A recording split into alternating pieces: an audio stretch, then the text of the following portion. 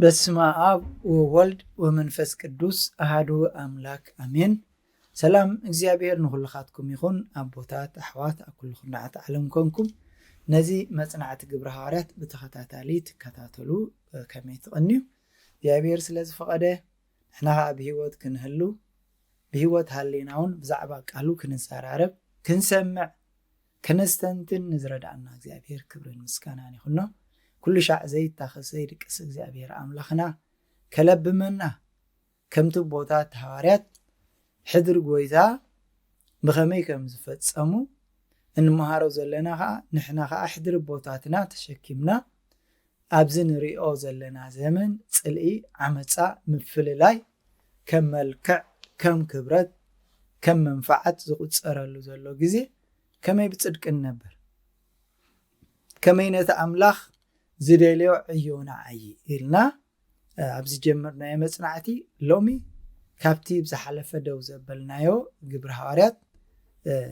ምዕራፍ 1 ፍቕዲ 21 ዘሎ ክንጅምር ኢና። እንታይ ዝብል እምበኣር ካብዞም ጎይታና ኢየሱስ ክርስቶስ ካብ ጥምቀት ዮሐንስ ጀሚሮም ክሳዕታ ካባና ዝተንሳኣላ መዓልቲ ኣትሒዞም ምሳና ካብ ዝኣተው ካብ ዝወፅእ ግዜ ምሳና ዝኸዱ ሓደ ካባታቶም ምስክር ትንሳኤ ይኹን። ግብረ ሐዋርያት ምዕራፍ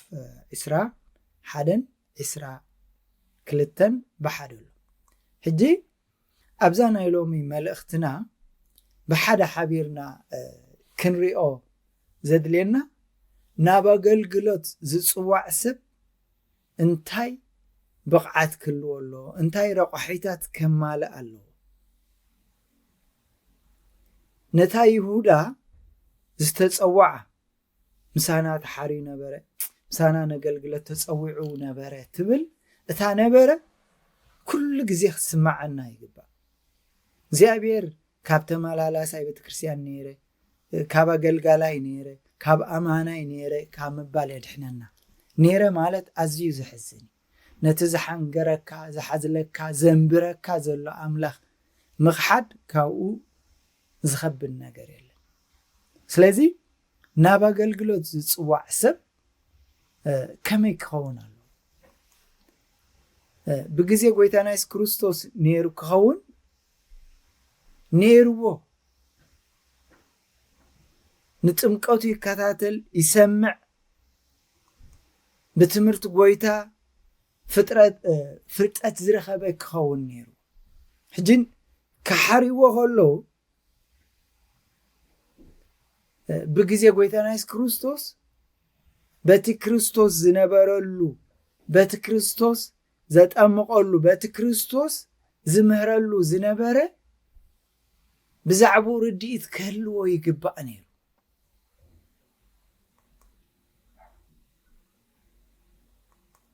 ካብቲ ጎይታ ዝጀመረሉ ክሳዕቲ ዝኸደሉ ዝብል ዘሎ ሓረግ ኩሉ መዳይ ህይወቱ ምስ ሓደ ሰብ ምዃኑ ምስ ሓደ ጎይታ ካብ መጀመርታ ክሳብታ መወዳእታ ምስ ጎይትኡ ዝለገበ ኣታው ወፃኢ ዘይኮነ ክሳዕታ ሰቐለላ መዓልቲ ንጎይታና ኢየሱስ ክርስቶስ ዝተኸተለ ዘሰነየ ንደቂ መዛሙርቱ እውን ዝሓብሓበ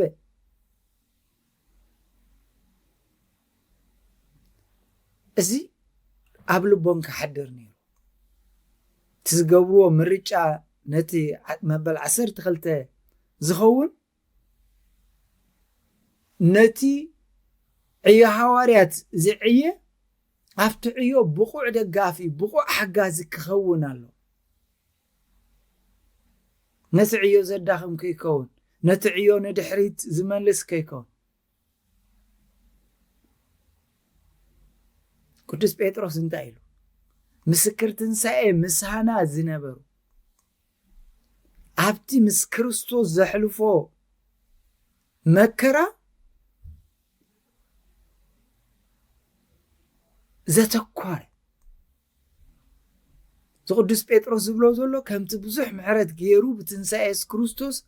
ከም ብሓድሽ ህይወት ተስፋ ዝሃበና ኣምላኽ ኣቦ ጎይታና ኢየሱስ ክርስቶስ ይባረኽ ዝበሎ እቲ ተስፋ እቲ ዘለዎ ምክንያቱ ክንደይ ሓርጎፅጎፅ ዘለዎ እዩ ክንደይ ውረድ ደይብ ዘለዎ እዩ ስቂልካ ዝኽየድ ኣይኮኑን ዋጋ ዝኽፍል እዩ ስለዚ ነዚ ናይ ይሁዳ ቦታ ክትክእ ዝመፅእ ዝሕረ ዘሎ ኣቦ ሓላፍነቱ ተረዲኡ ነቲ ዕዮ ዘፋጥን ክኸውን ኣሎ ምስክር እቲ ናይ ኢየሱስ ክርስቶስ ዘዘንቱ ጥራይ ዘይኮነሲ ዝነብሮ ክኸውን ምክንያቱ እቶም ኣይሁድ ሲ ከምዚ ኮይኑ ኢሎም ክኸዘንቲ ይኽእሉ ግን ብኡ ኣይኣምኑን እዩ ትንሳኤኡ ብሓቂ ምዃኑ ከም ዝተፈፀመ ክኣምን ይግብኦ ክርስቶስ ንመስዒሩ ከም ዝመፅእ ክርስቶስ ሞት ሒዙ ከጽንዖ ከም ዘይከኣለ ብዒንትና ዝረኣናዮ በእረናውና ዝዳስስናዮ ዝበልዎ ሃዋርያት ኣብዚ ዕዮ እዚ ደው ዝብል ክኾን ኣሎ እዚ ኣብቲ ግዜ እዚ ኣድላይ እዩ ነይሩ ቅዱስ ዮሃንስ ኣፈወርቂ ክገልጽ ከሎ እዚኣ ዋጋ እዚኣ ክኸፍል ድልው ክኸውን ዝኽእል ሰብ ይሓርዩ ነይሮም ኣድላይ ነይሩ ኣዝዩ ገዳሲ ነይሩ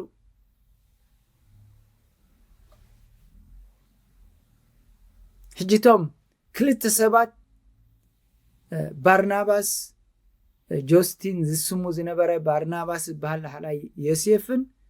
ማትያስን ሕጂ ዮሴፍን ማትያስን ኢሉ ኣብቲ ናይ ግብረ ሐዋርያት ንሕርኢና ኣብ ምዕራፍ 1 ትሒዝናያ ዘለና ፍቅዲ 23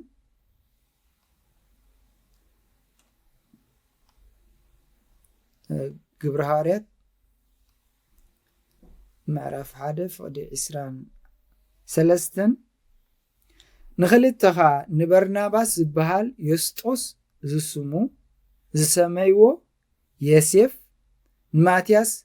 ደው ኣበልዎ እዞም ክልተ ሰባት ንመንን ኢሉ ኣሎ ዮሴፍን ንማትያስን ኢሉ ኣሎ እዞም ክልተ ሰባት እዚኣቶም መስተውዓልቲ ለባማት ናይ እምነት ሰባት እዮም ነይሮም ምናልባት እውን ካብ ካልኦት ይዓብይ ነይሮም ክኸውን ይኽእል በቲ ናይ ቤተ ክርስቲያንና መምዘኒ ብዕድመ ዕብይ ዝበለ ነቲ ሓላፍነት ስለቲ ትመርጥ ንሓንቲ ካብተን ምምራፅ ዘጸግም ግን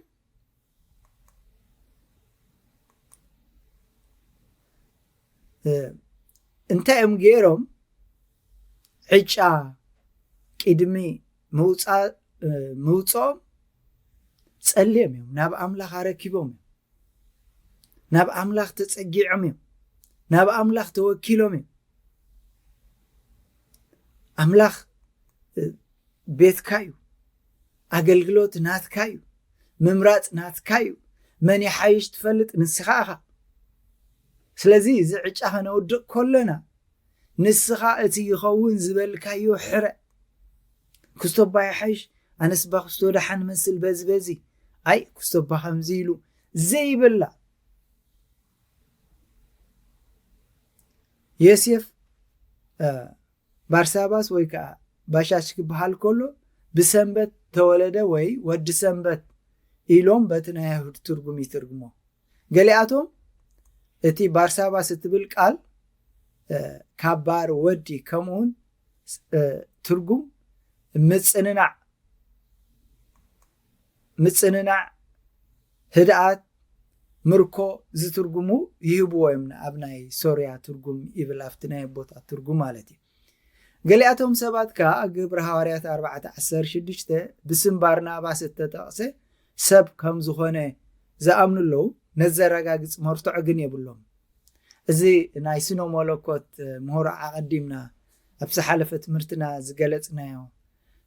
ላይትፎት ዝበሃል ምሁር ወዲ ኣልፊዮስ መንኣሱ ሓዊ ያዕቆብ ከም ዝኾነ ብምኽንያት እቲ ምስ ጎይታ ክርስቶስ ዝነበሮ ርክብ ከም ተመርፀ እዩ ዝኣምን ጆስቲን ዝተባሃለ ተፀዊዑ ዘሎ ትርጉሙ ከዓ ጻድቕ እዩ ነይሩ ከም ትርጉሙ ጻድቕ እዩ ዝስም እዚ ከዓ ምናልባት ብቐጥታ ባህርያቱ ክኸውን ይኽእል እዩ ዝያዳ ኩሉ እቲ ናይ ኣብ ናይ እምነት ምሁር ዝኾነ ዩስቤስ ዝብሎ ግን በዓል ቂሳርያ ብዛዕባ ፊልጶስ በዓል ሲዶና ከም ዝኾነ እዩ ዝብል ብዛዕባ እዚ ክገልጽ ከሎ ኣዝዩ ፍሉይ ከም ዝነበረ ብድንግልንኡ ዝፍለጥ ብቅዱስንኡ ዝፍለጥ ከም ዝኾነ እዮም ዝዛረቡ ነቲ ብስም ኢየሱስ ክርስቶስ ዝኸውን ኣገልግሎት ኣዝዮም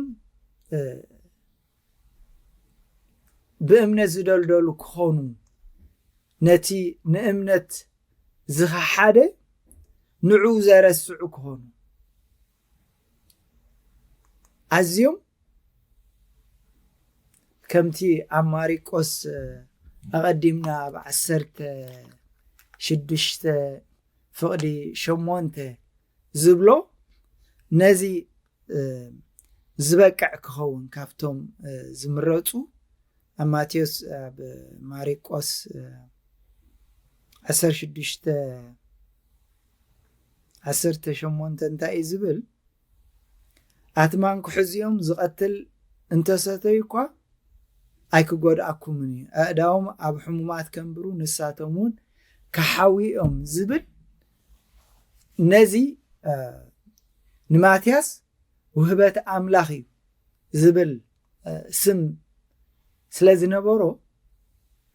ብዛዕባ ኣተዓባቢኡ ኾነ ብዛዕባ መንነቱ ዋላ ሓንቲ ኣይፍለጥን ብዘይካዚ ንሃዋርያቱ ብዛዕባ ፃዕሩ እቲ ዝገበሮ ኣገልግሎት ዝተሰጎጎ መስጎግቲ እቲ መንግስቲ ኣምላኽ ዝኸውን ሰበኾ እቲ ዘገልገሎ ኣብ ብዙሕ ተሰኒዱ ኣይንረኽቦን ኢና ኣብ ቂሳርያ ዝነበረ ዝበልኩም ናይ ስለ መለኮት ምሁር ዩስቤስ ግን ዝብሎ ሓደ ካብቶም ናይ ጎይታ ኢየሱስ ክርስቶስ ዝተሓረዩ ክሳብ ኢትዮጵያ ከይዱስ ንሰብዓ ዝኾኑ ሰባት ይምህር ከም ዝነበረ እዮም ዝገልጹ ኣዝዩ ንሱ ምስተሓረየ ትገልግሎት ናይ ሐዋርያት ምስተቐበለ በቲ ዝተፀውዑ ፀዋዒት በቲ ዝተሓረዮ ሕርያት ናብ ዝኸዶ ኣብዝዩ ናይ እምነት ሰብ ከም ዝነበረ ብፍላይ ቅዱስ ዮሃንስ ዮሴፍ ንባርናባስ ኢሎም ዝፀውዕዎ ብዛዕባ ማትያስ ከምዚ ኢሉ ተዛረበ ማትያስ ናይ መወዳእታ ዝገበሮ ብዘይ ምኽንያት ኣይኮነን እቲ ኣብ ሰብ ክቡር ዝኾነ ብብዙሕ ግዜ ኣብ ቂድማ ኣምላኽ ዝተሓተ ምዃኑ እዩ ዘርኢ እታ ልቢ ኩሉ ትፈልጥ እቲ ልቢ ኩሉ ዝፈልጥ ጎይታ ከዓ ንስኻ ነናይ ከም ዝመረፅካ ክትርኢ ክትጽልይ ይግባኣካ ኢሉ ነቲ ኣብ ግብረ ሐዋርያት ምዕራፍ 1 ኣብዚ ንሪኦ ዘለና ፍቕዲ 24 ከምዚ ኢሉ ይወስድ 1:24 ወ ልቢ ኩሉ ትፈልጥ ጎይታ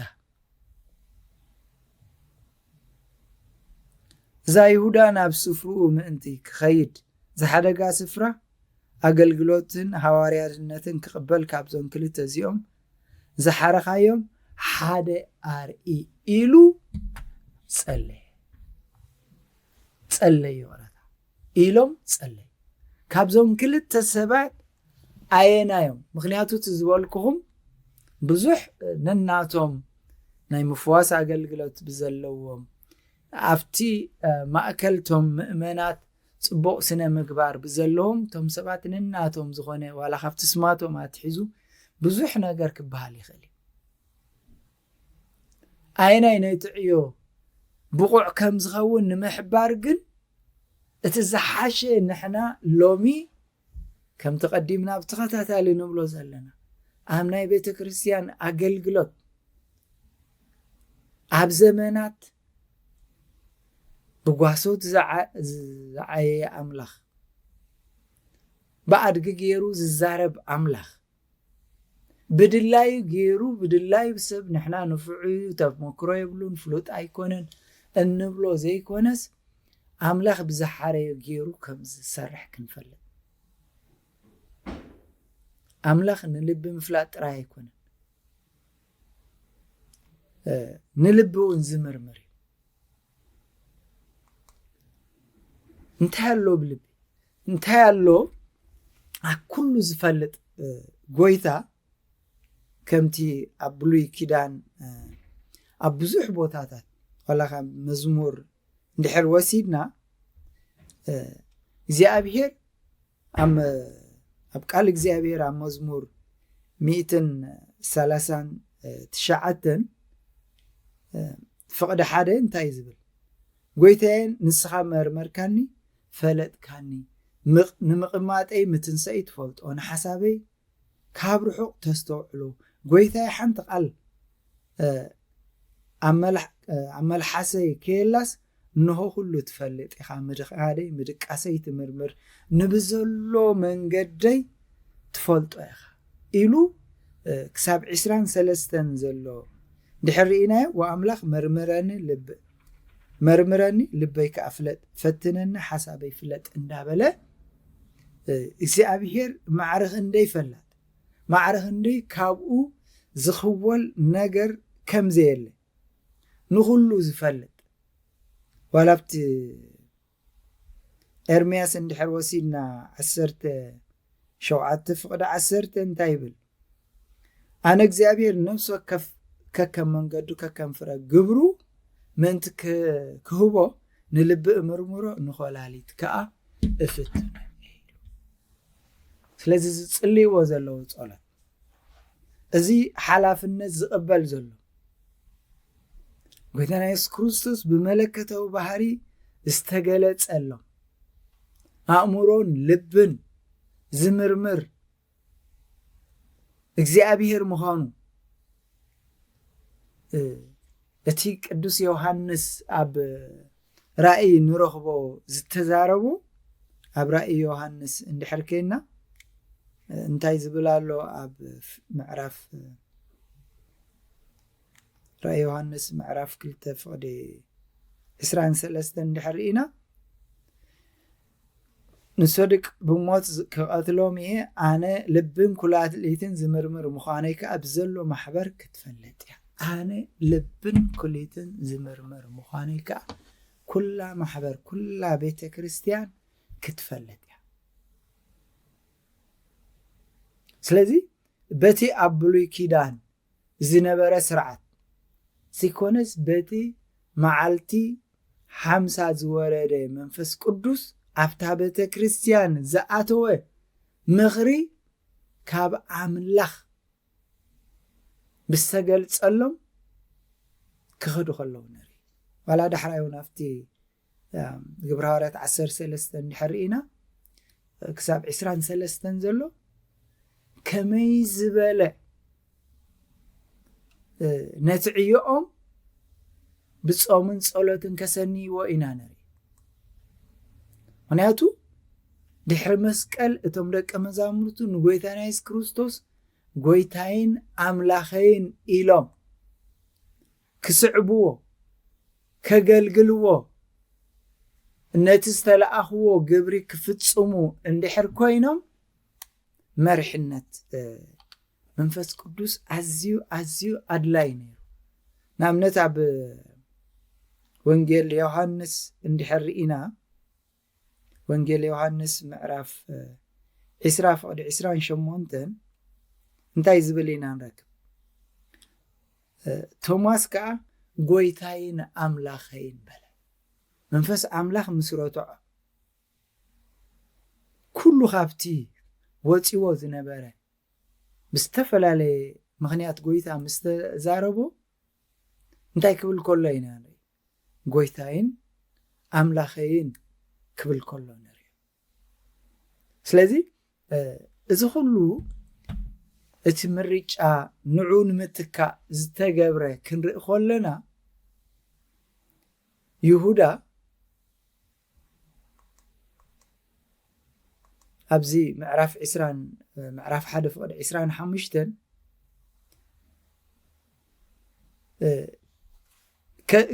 قديفوا عزخده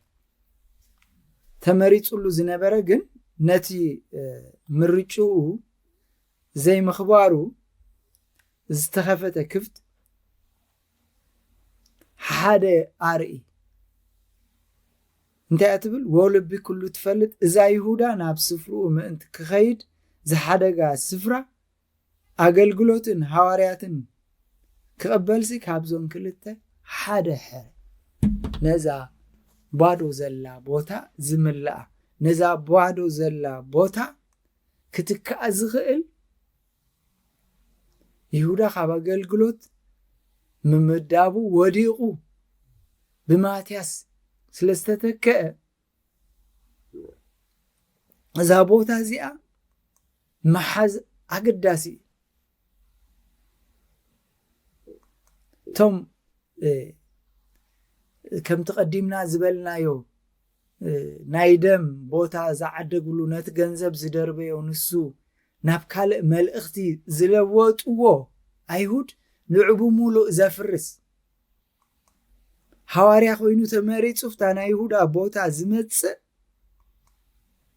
نبوزحات نام نسحات ملس نبوزحات بوتا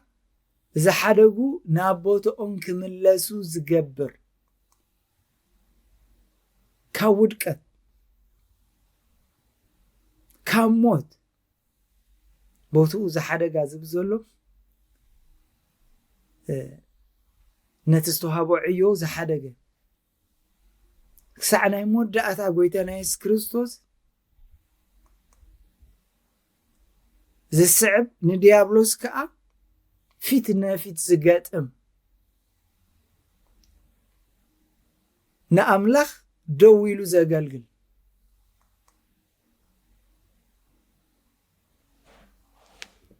كمتي أبزهولك 24 بلا عم تنسيونا بيتو استملسه كاب طفعاتو كاب مرقام كرقم يبل كان استوهاله ازي حجيز مرسكا نتعيو أملخ نتي قويتا زقموتو نتستوهابه حدر كيدو بسما أبن ولدين منفس كدوسن أقلقلاتكم فتسمو استبهاله مؤمنات كتصوعوا مؤمنات كدحنو نتي يهودا قديفو زخده حقوف كيركب نتعيو كعيز تمرت أسب حجي نمنتاينا نزخلو كنريو زدلينا زلو نبلو زلنا كردأنا زقبقو نغير كنفلطو زقبقنا نغير حدا نغير على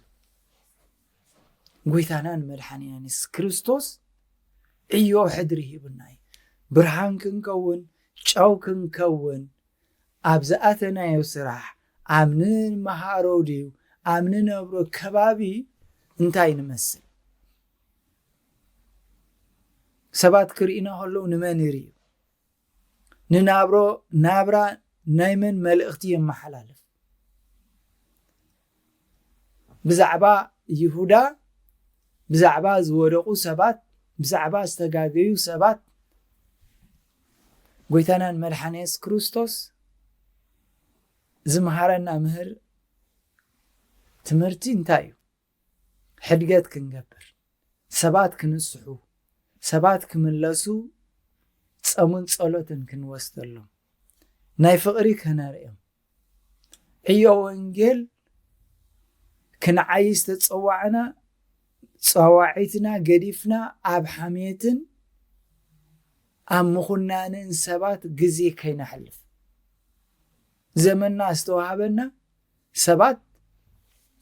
ኣብዚ ቅኒ ዓመፃ ምፍልላይ ሻራ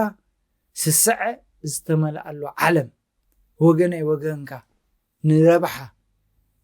ኣብ ዝግበረሉ ዘሎ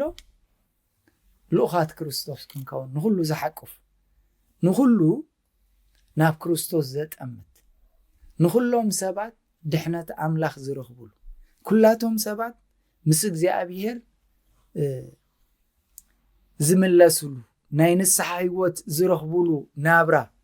ከነቃንዕ ዝተጸዋዕና ሰባት ምዃንና እንድሕር ፈሊጥና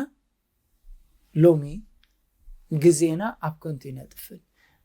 በደል ሰባት ኣብ ምጽብጻብ በደል ሰባት ንኻልኦት ክነግር ግዜ ነጥፍኦ ዘለና ብስራት ወንጌል ክንሰብኽ ምምላስ ሰባት ክንጽዕር ምንሳሕ ሰባት ክንጽዕር ንኽፋእ ብጸሎት ንሰባት ክምለሱ ክንጽልይ እምበር ክፉኡ ናይ ሰባት ናብ ዓለም ዘውርየሉ ኣምላኽ ኣይሰኣንን ሓሜት ዝሓሚ እግዚኣብሔር ሰባት መሊኦም እዮም ሽሕሚኢትና ኣሎ በደል ዝኽውል ዝነብዕ ሰባት ክምለሱ ሰባት ክንስሑ ነቲ ሰባት ገዲፎሞ ዝኸዱ ዕዮ ዝትክኡ ኣብ ምዕራይ ክንጎይ እግዚኣብሔር ይሓግዘና ሰማዕናዮ ቃል ኣብ ልብና 30-60 ክፈሪ እግዚአብሔር ይርዳአና ንአብን ንወልድን መንፈስ ቅዱስን ምስጋና ይሁን ለምን ኩሉ ቻን ዘላለም ዓለም